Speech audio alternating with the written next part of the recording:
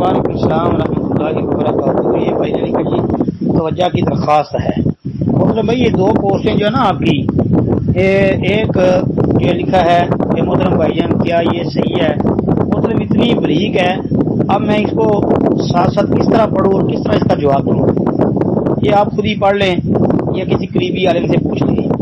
باقی جو دوسری آپ نے بھیجی ہے جس میں ہے فمرت به فلما اثقلت دعوا الله ربهما، یہ والی آیت کریمہ لئن اعطیتنا صالحا لنکونن من الشاکرین، اس کے نیچے جو آپ نے لکھا ہے کہ اس کے بارے میں بھی تھوڑی رہنمائی کریں گے بھائی جان، غیب کے بارے میں جو کہا گیا ہے. مطلب بھائی غیب نبی علیہ الصلوۃ والسلام نہیں جانتے. اللہ تعالیٰ نے قرآن پاک کے کئی مقامات پر یہ بات واضح کر دی ہے کہ جناب نبی کریم صلی اللہ علیہ وسلم سے خود کہا کہ اے محمد آپ کہہ دیجئے کہ لا املک لنفسی نفعا ولا ضرا الا ما شاء اللہ ولو کنت عالم الغیب. یہ ولو کنت جو ہے نا یہ کانا یکون میں سے کنت بعد متکلم کا صیغہ ہے کہ محمد علیہ الصلوۃ والسلام خود کہہ رہے ہیں اللہ کے حکم سے کہ ولو کنت، اگر ہوتا میں غیب جانتا، ولو کنت عالم الغیب، اگر میں غیب جانتا ہوتا لستکثرت من الخیر، تو میں اپنے لیے بہت زیادہ بھلائیاں اکٹھی کر لیتا، خیر جمع کر لیتا. وما مسنی السوء، اور مجھے کوئی تکلیف نہ پہنچتی. اب اسی جملے کو سامنے رکھ لیں تو جناب نبی کریم صلی اللہ علیہ وسلم کا نبوت والا جو 13 سالہ مکی دور ہے اس میں دیکھ لیں جناب نبی کریم علیہ الصلوۃ والسلام کو لوگوں نے دیوانہ کہا، مجنون کہا، پاگل کہا، پتھر مارے، بڑا کچھ کیا، لیکن اللہ کے نبی علیہ الصلوۃ والسلام اور غیب جانتے ہوتے تو نبی علیہ السلام کو کبھی کوئی تکلیف پہنچ سکتی؟ یقیناً نہیں پہنچتی. آپ کو پتا ہوتا کہ میں فلاں جگہ فلاں محلے میں فلاں جگہ جا رہا ہوں تو وہاں مجھے لوگ تکلیف دیں گے، تو آپ کیوں جاتے ہیں؟ آپ علیہ الصلوۃ والسلام کو اگر غیب کا علم ہوتا تو آپ سر سجدے میں اس لیے رکھتے کہ لوگ جان بوجھ کے میرے اوپر آ کے جو ہے اوجری اونٹ کی لا کے تو میری کمر پہ لاد دیں. یہ اللہ کے نبی خود کرتے نہیں، کیونکہ اللہ کے نبی غیب نہیں جانتے تھے. تو نبی علیہ الصلوۃ والسلام نے یہ بات اللہ کے حکم سے کہی ہے کہ اگر میں غیب جانتا ہوتا میں اپنے لیے بہت زیادہ خیر و بھلائیاں جمع کر لیتا اور مجھے کوئی بھی تکلیف نہ پہنچتی. تو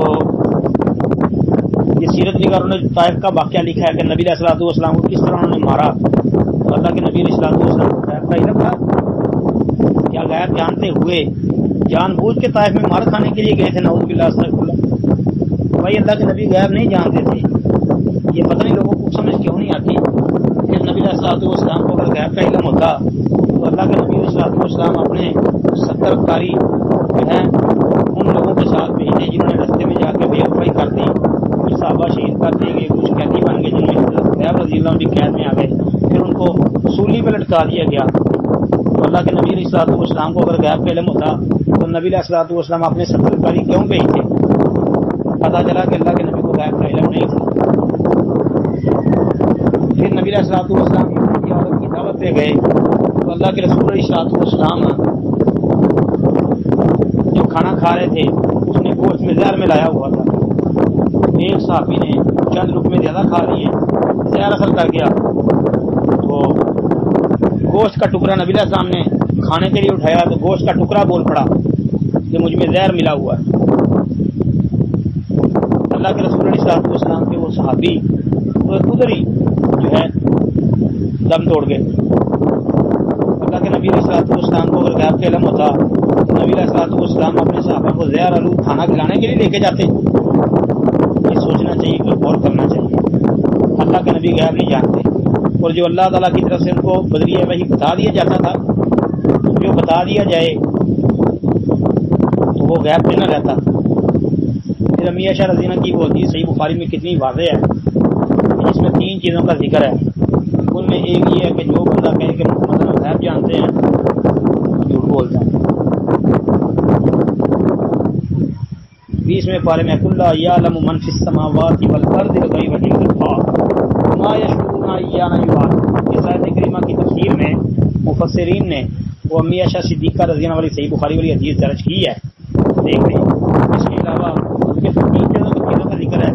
یا ایھا الرسول بلغ ما انزل الیک من ربک وان لم تفعل فما بلغت رسالتہ.